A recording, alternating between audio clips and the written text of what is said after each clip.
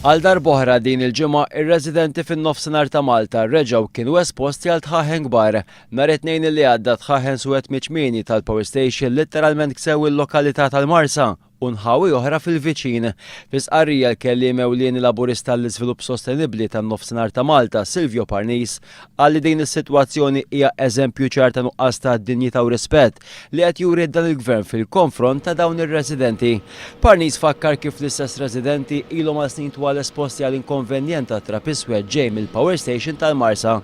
Il-Partit Laburista minn dejjem kien ċar dwar il-politika li ser jadotta fil-qasam tal-enerġija.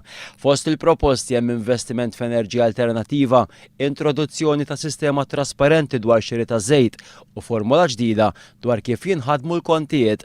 Dan għandu jwassal biex il-kontijiet jorħsu b'mod sostenibbli u responsabbli f'qafas ta' politika tal-enerġija illi tkun tagħmel sens għall-pajjiż.